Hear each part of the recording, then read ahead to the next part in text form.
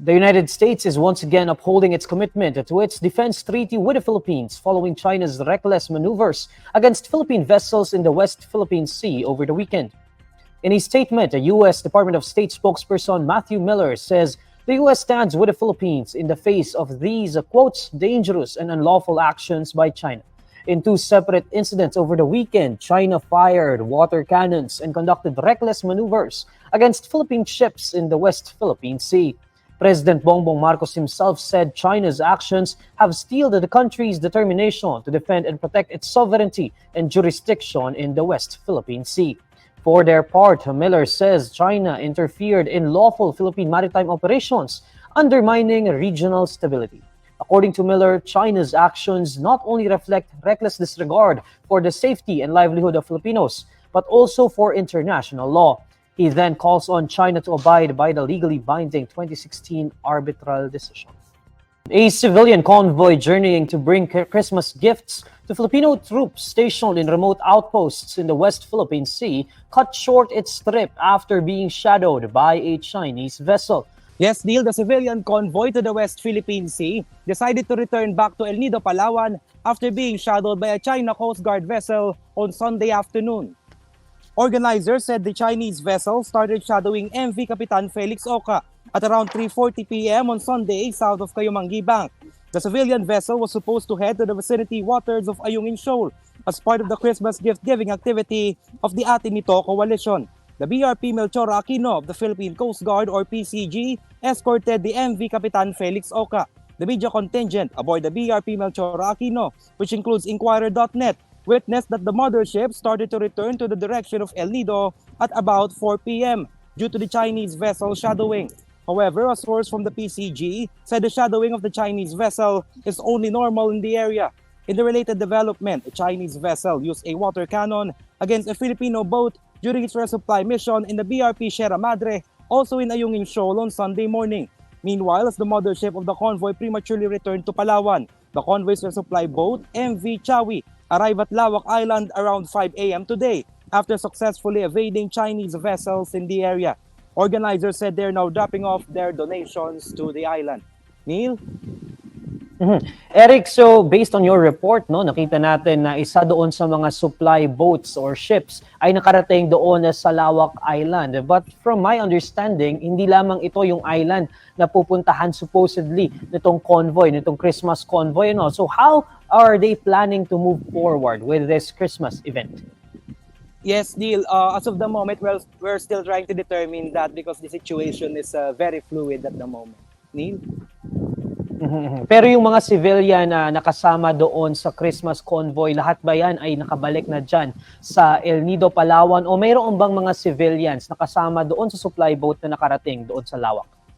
Okay, Neil, based dito sa information na nakarating sa atin, itong Kapitan Felix Oka, expecting siyang bumalik dito sa may San Fernando Port at around 12 p.m. So aalamin pa natin ngayon kung nakabalik na sila. On the part of the MV Chawi, may mga ilang personnel doon na nagbigay ng regalo doon sa Lawak Island kaninang umaga. How about yung doon sa water cannon incident na nangyari also yesterday, I believe, right?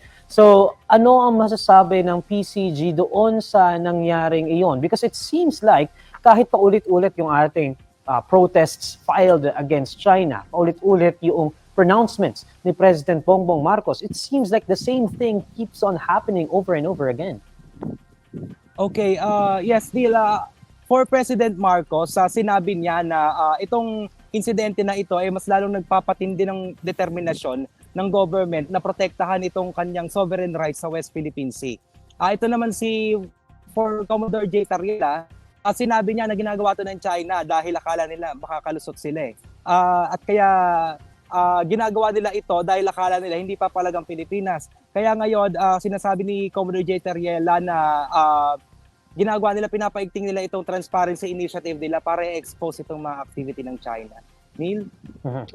I think it would be very interesting to ask Malacanang or even President Marcos himself if he's willing to take a more aggressive approach when it comes to our conflict with China over there at the West Philippine Sea. Ingat kayo dyan, Eric. Maraming salamat. That's John Eric Mendoza live from Palawan. Transport Group Piston will hold another nationwide strike starting December 14 as they urge the Land Transportation Franchising and the Regulatory Board to junk the deadline for applying for franchise consolidation. Piston National President Modi Floranda says the strike is initially scheduled for December 14 to 15, but its duration will depend on whether or not LTFRB will heed their call.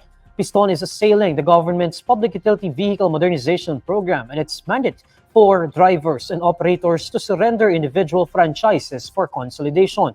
Consolidation means only one franchise held by a single cooperative or corporation will be permitted to operate on a specific route.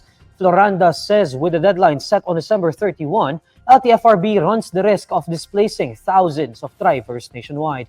According to Piston, approximately 80% of small-time operators may lose their jobs at the end of the year if LTFRB does not remove its deadline for franchise consolidation.